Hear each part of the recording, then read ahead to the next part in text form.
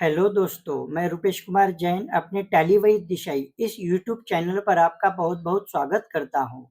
आज का इन जो सब्जेक्ट है वो बहुत ही इंटरेस्टेड है दोस्तों।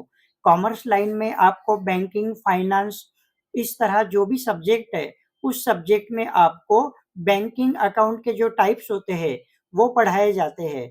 उसमें होता है एक रिकरिंग अकाउंट और एक होता है एफडी अकाउंट मतलब फिक्स्ड डिपॉजिट अकाउंट। तो आज देखते हैं कि इन दोनों बैंकिंग अकाउंट में क्या डिफरेंस होता है। तो फर्स्ट नंबर पर लिखा है रिकरिंग अकाउंट जो होता है वो सुटेबल फॉर एम्प्लॉय, क्योंकि रिकरिंग अकाउंट में आपको मंथली डिपॉजिट की फैसिलिटी मिलती है, जो मैंने आगे भी बताया है। तो इसी लाइन में फिक्स डिपॉजिट जो होती है वो सुटेबल फॉर इन्वेस्टर, कि जिनके पास पैसा पड़ा है 5,000, 10,000, लाख, 2 लाख, तो वो क्या करते हैं कि अपना जो लमसम अमाउंट होता है वो एफडी में डिपॉजिट करवा देते हैं। अब देखिए सेकंड रिकरिंग अकाउंट पर जो इंटरेस्ट मिलता है वो 4 से 5% तक मिलता है, और अगर क्रेडिट सोसाइटी है तो थोड़ा ज़्यादा भी आपको मिल सकता है, लेकिन बैंक में 4 से 5% तक रिकरिंग डिपॉजिट पर इंटरेस्ट मिलता है। तो फिक्स डिपॉजिट लमसम अकाउंट होने की वजह से और इसका जो पीरियड होता है वो थोड़ा लॉन्ग टेनर होता है, उसको टेनर बोलते हैं, वो आगे बताया है। तो लॉन्ग पीरियड होने की वजह से आपको 7 से 8% तक इंटरेस्ट मिल जाता है फिक्स डिपॉजिट पर। रिकरिंग डिपॉजिट में आपको मंथली डिपॉजिट की फैसिलिटी होती है, इसीलिए ये सैलरी पर्सन को सुटेबल होता है। लेकिन एफडी में आप वन टाइम डिपॉजिट करवा देते हो। रिकरिंग डिपॉजिट में 4 नंबर पर देखते हैं कि इसे आपको बैंक में और सोसाइटी में आप इसको ऑपरेट कर सकते हो। जो रिकरिंग डिपॉजिट अकाउंट होता है वो बैंक में भी होता है और क्रेडिट सोसाइटी में भी होता है। वैसे ही same FD account, fixed deposit account भी आप बैंक में भी ओपन कर सकते हो और क्रेडिट सोसाइटी में भी ओपन कर सकते हो। 5th नंबर पर देखिए लोन फैसिलिटी अलाउ।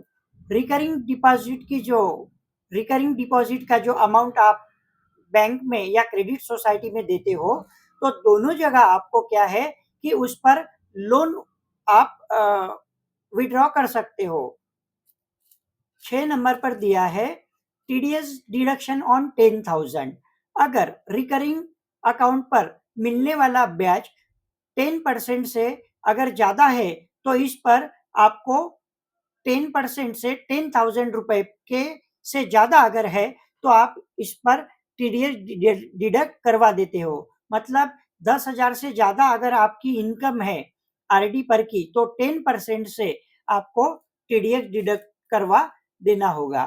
तो एफडी पे जो लिमिट है टीडीएस डिडक्शन की वो है 40,000। मतलब विद इन ईयर आप 40,000 के ऊपर एफडी पर आने वाला इंटरेस्ट अगर है तो आपको टीडीएस डिडक्ट करके देना होगा। इसमें आप बच भी सकते हैं।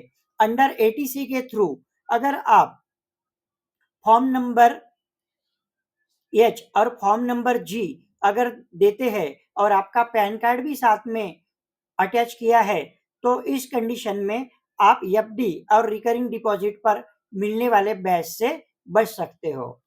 वैसे ही रिकरिंग डिपॉजिट में आप ग्रेजुअली सेविंग करते हो।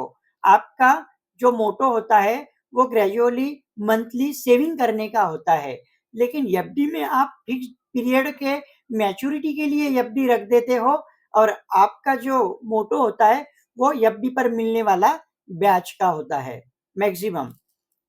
अब रिकरिंग डिपॉजिट का जो टेनर है वो देख लेते हैं। इसमें कम से कम 7 दिन के लिए आप रिकरिंग डिपॉजिट आरडी रख सकते हो और मैक्सिमम 10 ईयर के लिए आप डिपॉजिट कर सकते हो। तो एफडी में 6 मंथ से लेकर 10 ईयर तक आपका टेनर हो सकता है डिपॉजिट का। रिकरिंग में आप पार्शियल विड्रॉ नहीं कर सकते, मतलब थोड़ा-थोड़ा अमाउंट आप जो डिपॉजिट कर चुके हैं उसको विड्रॉ नहीं कर सकते। लेकिन एफडी में अगर आपको ज़रूरत है तो आप समय-समय पर लोन ले सकते हो, जिसको आप ओवरड्राफ्ट फैसिलिटी बोलते हो। मतलब अपने ही पैसे पर ब्याज देकर अपना ही पैसा लोन पर लेना, इसे कहते हैं ओवरड्राफ्ट फैसिलिटी। इसके बाद देखिए, रिकरिंग डिपॉजिट में आप स्टैंडिंग इंस्ट्रक्शन दे सकते हो कि भाई मेरा जो सेविंग अकाउंट है, आप पर मंथ उसमें से आरडी अकाउंट में सेविंग कर लिया करो। मतलब आपका जो सेविंग अकाउंट है, उसमें अगर आपने बोला कि मेरा जो सैलरी है वो 5 से 7 तारीख को हो जाता है, और आप जो तारीख है 10 तारीख के आसपास पर महीने एसआई मतलब स्टैंडिंग इंस्ट्रक्शन के जरिए बैंक क्या करती है कि किसी भी अदर बैंक में या उसी बैंक में आरडी अकाउंट में आपका पैसा जमा कराने की आपको जो फैसिलिटी देती है, उसे स्टैंडिंग इंस्ट्रक्शन कहा जाता है। लेकिन एफडी में ये फैसिलिटी अलाउड नहीं होती है, क्योंकि ये वन टाइम डिपॉजिशन होता है, तो अकाउंट डिडक्शन की इसमें फैसिलिटी नहीं होती है, किसी भी अकाउंट से नहीं होती है। इसके बाद जो डिपॉजिट होती है वो दोनों जगह आपका सिक्योर है। आपका रिकरिंग डिपॉजिट भी सिक्योर होता है, बैंक में तो सिक्योर होता ही है। क्रेडिट सोसाइटी में थोड़ा इंक्वायरी करके ही डिपॉजिट करें, और एफडी अकाउंट जो होता है वह भी बैंक में सबसे ज़्यादा सिक्योर होता है। तो माना जाए तो दोनों जगह आपका आरडी अकाउंट भी सिक्योर है और एफडी अकाउंट भी सिक्योर है। इसमें कोई आपको प्रॉब्लम आने वाला नहीं है। तो दोनों जगह आपका जो पर्पस होता है वो मैक्सिमम इंटरेस्ट मिलने का होता है। लेकिन एम्प्लॉई के लिए रिकरिंग डिपॉजिट सुटेबल होता है, तो एक इन्वेस्टर के लिए या लमसम अमाउंट डिपॉजिट करने वाले के लिए फिक्स डिपॉजिट का अकाउंट सुटेबल होता है। तो दोस्तों, आज के वीडियो में मैंने रिकरिंग डिपॉजिट और फिक्स डिपॉजिट पर आने वाली सभी डिफरेंसेस और क्लू आपके सामने रख दिए। इस स्क्रीन का आप स्क्रीनशॉट भी ले सकते हैं। मैं 2 सेकंड के लिए स्टॉप कर देता हूं।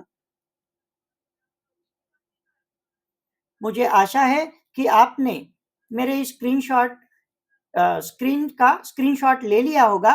तो दोस्तों, ऐसे ही यूनिक और स्किल वाले मेरे वीडियो देखने के लिए मेरा टेलीवाइज दिशाई इस चैनल को आप यूट्यूब से सब्सक्राइब कर लीजिए, बेल आइकन को प्रेस कर लीजिए।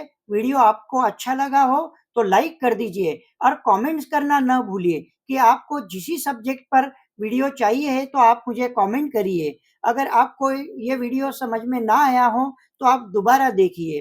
तो ऐसे ही वीडियो देखने के लिए आप मेरा चैनल टेलीवाइज दिशाई देखते रहिए। Thank you.